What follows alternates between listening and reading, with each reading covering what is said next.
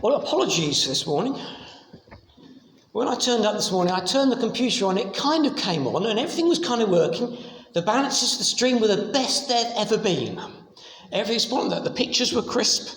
Everything was great. I was here, I wasn't playing, so I had time to fiddle around. And then I looked at the screen and realised that the only letters I could see on the screen, they were all the letter R. There was no other letters on the screen.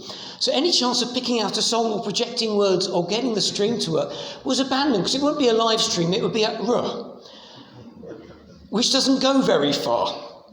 And so I thought, this is no good. So I closed all the programs down, then opened them up again, and it was still exactly the same. I exercised self-control, even though I came close to laying my hands on the laptop a number of times, but not necessarily in prayer. And then in the end I decided to reboot it, thinking, well, that's always what they say. If it doesn't work, turn it off and start again. And this is what we've got. A blue screen saying configuring. So, to be honest, I'm just going to turn that off, because today Windows has decided to update. And it's decided to do it in the morning. It was always going to happen eventually. And it's just annoying it was today. The other thing I must confess, I have a sneaky feeling that we've just heard the wrong reading. My mind was wandering onto the talk. I only caught the last couple of lines. And I thought, either that's a different translation or it was the wrong reading. But either way, it was a beautiful, wonderfully read. But I'm reading from 1 John chapter 2, 3 to 11. Oh, we have chapter 3, 2 to 11. Yeah. So, that was probably my fault. You've had a foretaste of what is to come. You know that expression, one of those days. This is indeed one of those days. But I won't read it now. I will read it as I go along. Because, well, you'll find out why as we go. I am recording this on my phone. That's what I was fiddling with down there. So if you want to double check what I'm saying later, you can double check. Or if you're at home thinking, where on earth has the stream gone yet again? At least you get this later on. I need to pray. Definitely need to pray before we go any further. So forgive me, one sip of water, a bit croaky behind the mask, and then we can pray and read. Heavenly Father, I'm sure through your Son you know what it's like to have one of those days. One of those days when you set out optimistically and then things just conspire to go wrong. And this morning's been a bit like that, but actually it doesn't matter because you are here. And there's nothing more important than your presence with us. And so, Father, I pray that you'll help me now to put those frustrations to one side and to refocus on your presence. I pray that for all of us. We came maybe expecting something different from we've had this morning, but you are here. Help us to focus on you and hear from you, to worship you, maybe not with words, but stumbling around, but worshipping you nevertheless. Help us to meet with you and to be changed by you, to be lifted up by you, to be sent refreshed, confirmed, encouraged, maybe challenged as well, to go and live and serve for you as children of your kingdom. So in your mercy, in your compassion, I pray that you would speak to us now. Amen. Amen. Well, when I sat down with this passage earlier this week, the passage you've not heard yet, it struck me that I could probably boil it down just to a few simple statements about love and relationships, about knowing and obeying, and about light and dark. In fact, you can almost take any passage in 1 John and I could guarantee those will be the themes you'll find in there. John, it almost seems, has a habit of just repeating himself, going round in circles and circles. So let me give you an advanced sermon for the next few weeks. Love each other, okay? That's 1 John. It's simple. Love each other. But I have a challenge for you. When you're reading 1 John, try and do what I tried to do at the beginning this week. Try and pin it down precisely in a few statements what you think John is trying to say. And I can guarantee you this, you will find John is actually quite a slippery customer.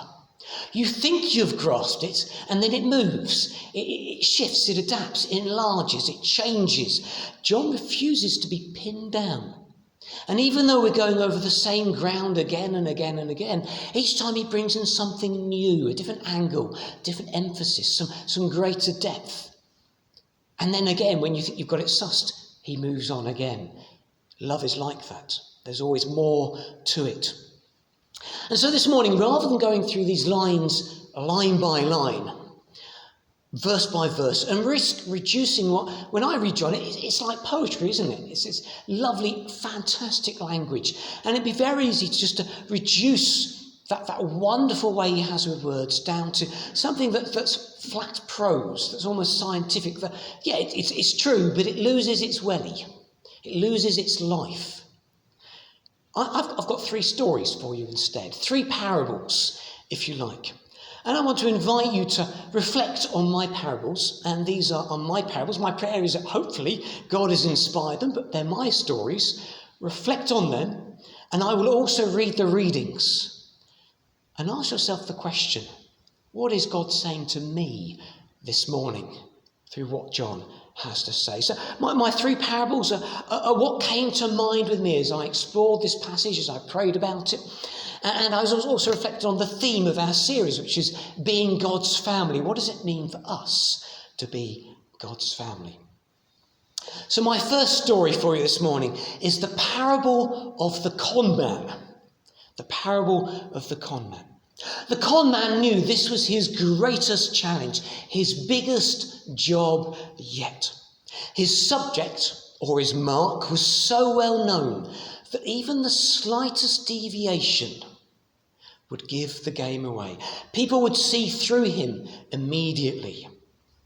To pull the job off, he had to get to know his mark perfectly, so deeply that even when he found himself in situations that would have been foreign to his mark, he knew what his mark would have done, what his mark would have said, how he would have behaved, how he would have lived, what he would have done. He would have known their vocabulary, the rhythm of their speech, the way they held themselves, the way they interacted with others, their beliefs. He read his words again and again and again. He explored the stories about him, picturing him at work in his imagination, playing to the end, rewinding the tape, playing it to the end again and again and again, just to make sure he had it right. He tried it out for himself, copied a scene over and over again, till he finally believed he'd cracked it. He'd got his mark sussed. Seeing the front door open and the man inside stepping out into the street, neighbours saw not the con man, but his mark. They recognised the cheery wave and the affirming smile as he passed them by. On the tube, Mark put on his mask, played peekaboo with a tantruming toddler, persuading them to calm down, giving a moment of respite to a hassled parent. At the office, he stopped to inquire how the receptionist's mother was, knowing that they had been unwell. Most people just passed by, but this man, he stopped. Made their day. In the office, the Mark bit his tongue in the meeting when the boss could have been a bit more gracious in her feedback.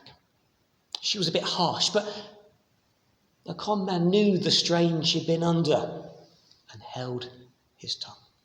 At Tesco, a stranger was blessed by the Mark, letting him have the last bag of pasta. And the person in the high-vis jacket, marshalling the torturous queue for the petrol pumps, appreciated the Mark's thank you before they finally reached the front. And so it went until the Mark got home. Only it wasn't the Mark's home.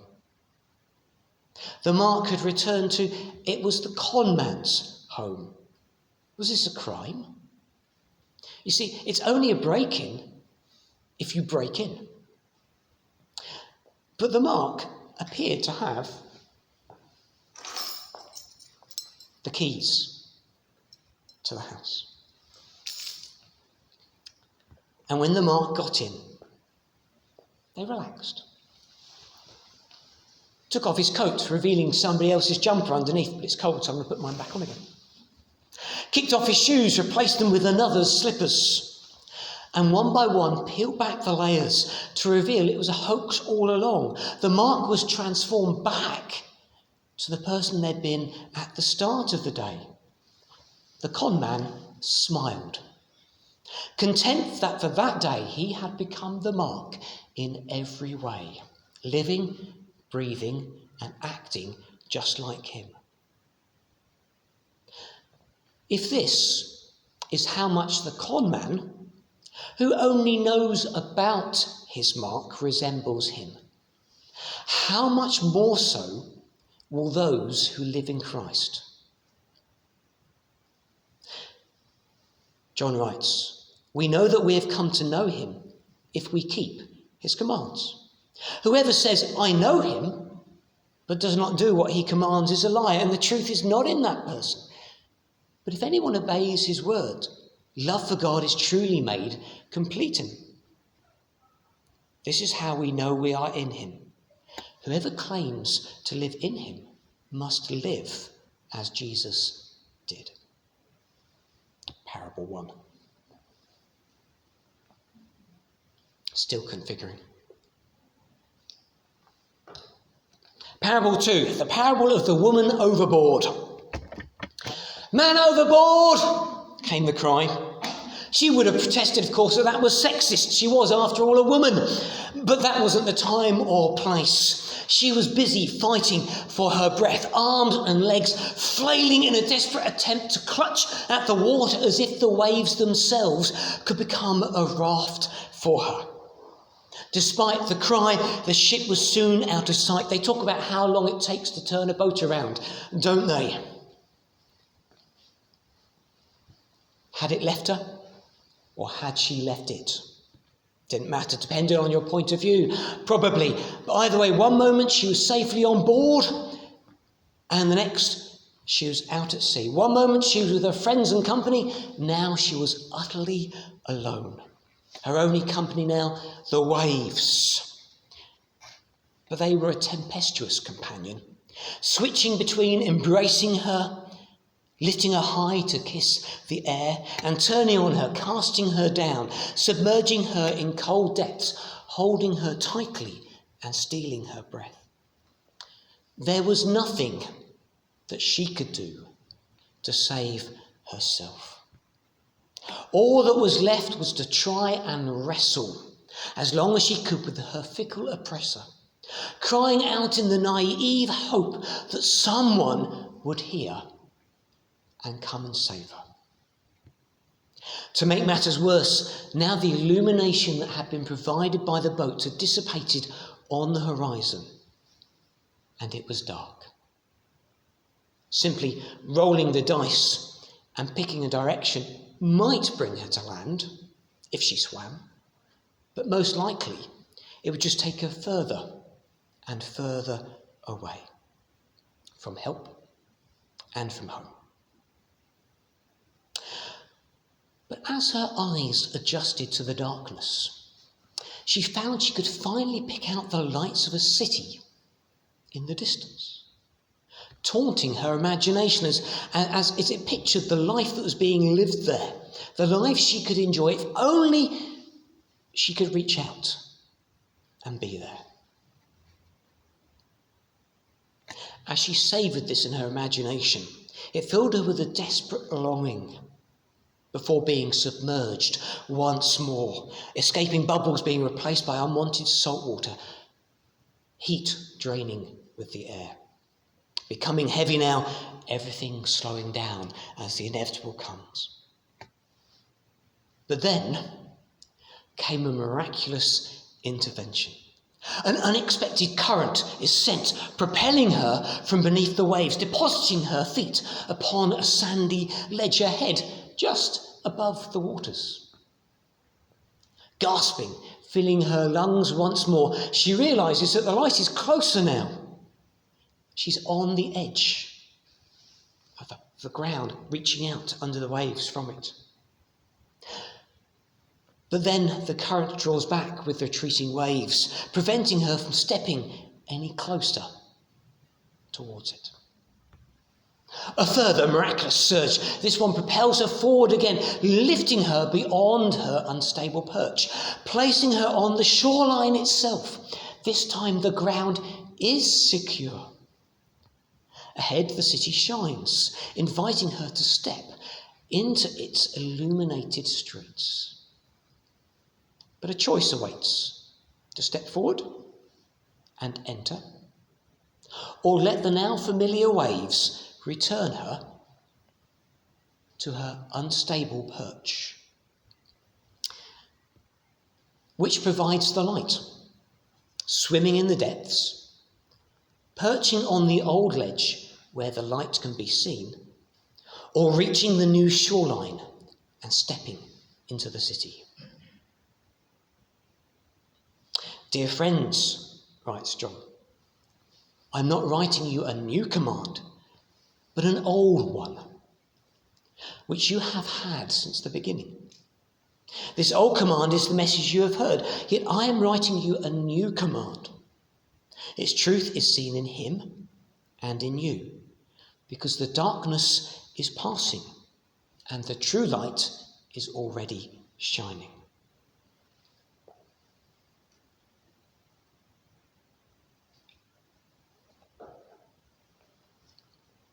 Parable 3. The parable of nighttime navigation. Do you ever walk around the house at night with the lights off? At home, often we take a cup of tea up to bed at last thing. We sit there reading our books, a chapter before we go to bed, and having a mug of tea. And when the last page is read and the bookshop are shut, guess whose job it is to take the dirty mugs downstairs and put them in the sink or the dishwasher? That's mine. It's my job.